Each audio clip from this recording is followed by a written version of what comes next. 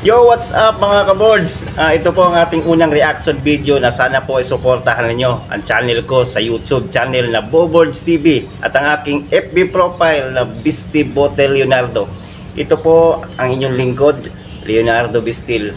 Sa ating reaction video ngayon ay tungkol sa bigas na pinangarap ng buong Pilipinas, pinangarap ng mga Pilipino at pinangarap ni BBM. Hindi pinangako pero ginagawa ng paraan. Bumaba na po ang presyo. At ito'y posible na dahil sa pagsisikap ng ating Pangulong BBM.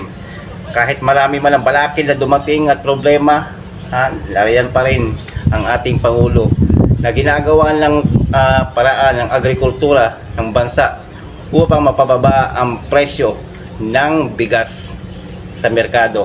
Patuloy na gumagawa ng paraan ang ating pamahalaan upang mapababa ang presyo ng ito. Manonood tayo ng isang video galing sa channel ng PTV4, isang balita kung saan posible at bababa na, nagsisimula ng bumaba ang presyo ng bigas sa merkado.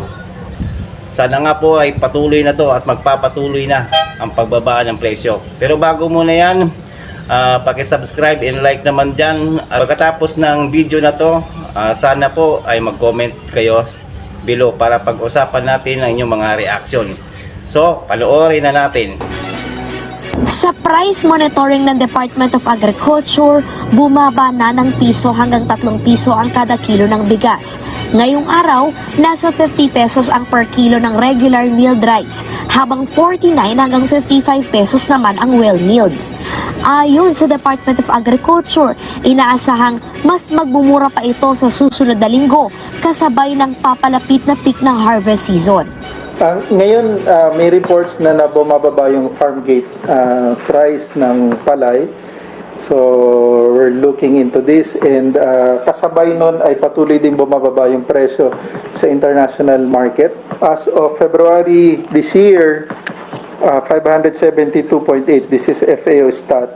Pag bumaba yung imported na price, pagdating nito sa atin, malaki rin yung ibababa niya. Taya ng Samahang Industriya ng Agrikultura, posibleng umabot ito hanggang 45 pesos kada kilo. Baka nasa 40, may makakuha ng 45 to 48.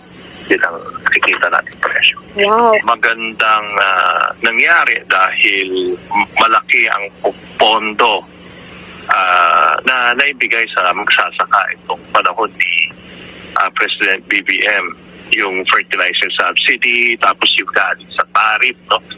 Tariff collection na umabot ng 22.7 billion na dati hindi ito nabibigay sa farmers, naibigay ito sa magsasaka. Sa kabila ng naitatalang pinsala ng El Nino, naniniwala ang DA na wala itong malaking epekto sa produksyon at supply ng pagkain. Pero dinoble na ang pondo na maaring hiramin ng mga magsasaka o mangingisda na posibleng maapektuhan ng El Nino. Mula 500 milyong piso, ginawang 1 bilyong piso ang pautang ng Agricultural Credit Policy Council ng DA. Ito yung survival and recovery loan, which is about 25,000 pesos per affected farmer or fisher ng El Nino.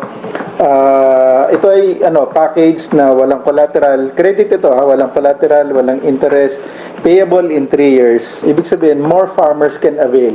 Samantala, patuloy ang investigasyon sa maanumalyang pagbibenta ng bigas ng National Food Authority. Tinitingnan ng DA na ibalik ang bayad ng ilang trader at miller na nakabili pero hindi pa nakukuha ang higit 80,000 sako ng bigas sa mga bodega ng NFA. Dahil hindi i-release, so pwedeng isoli yung pera nila. As mandated, kailangan i-release yan sa mga agencies na to, and kung hindi, kunwari, ayaw nila dahil for whatever reasons na ayaw nila dun sa bigas, pwedeng i-auction yun. Matatanda ang binili ng 19 hanggang 23 pesos ng NFA ang palay sa mga magsasaka, pero ibinenta lamang sa ilang trader sa halagang 25 pesos na dapat ay mas mataas pa dahil gumastos ang NFA sa pagiling at bodega. Angelique, sa Lunes, Inaasahang magpupulong ang National Food Authority Council at magkakaroon ng desisyon kung ano nga ba ang mangyayari doon sa 88,000 na sako ng NFA rice na nabili na ng mga miller at trader pero nananatili pa rin sa mga bodega. Angelique. Okay, so Clay, balikan natin ang presyo ng bigas, ang pagbaba nito, no? At maganda ito para sa ating mga consumer dahil mas mura nilang mabibili ang bigas. Pero kamusta naman ang mga farmers? Hindi ba, hindi naman sa malulugi sila dahil meron silang mga subsidy sa fertilizer, pero hindi ba pwede rin mas gumanda ang kanilang kikitain sa panahon ito? Angelique, ayon sa Samahang Industriya ng Agrikultura, may kita na yung mga magsasaka doon sa halagang 23 pesos. Yan nga din yung buying price ng National Food Authority. Nagiging mas mataas lamang yung presyo ng palay sa ngayon at gumaganda yung kita dahil sinusundan din nila yung world market price. Sa ngayon kasi, mas mahal pa rin yung presyo sa pandaigdigang merkado kumpara sa umiiral na presyo dito sa ating bansa. Angelique, kung matatandaan mo nung mga nakaraang taon, nasa 13 pesos yung presyo ng palay. Pero ngayon ay higit 23 pesos at ayon nga sa Sinag, nasa 29 pesos pa yung presyo ng palay. Kaya naman ayon sa kanila, hindi lugi yung mga magsasaka sa ganitong presyo.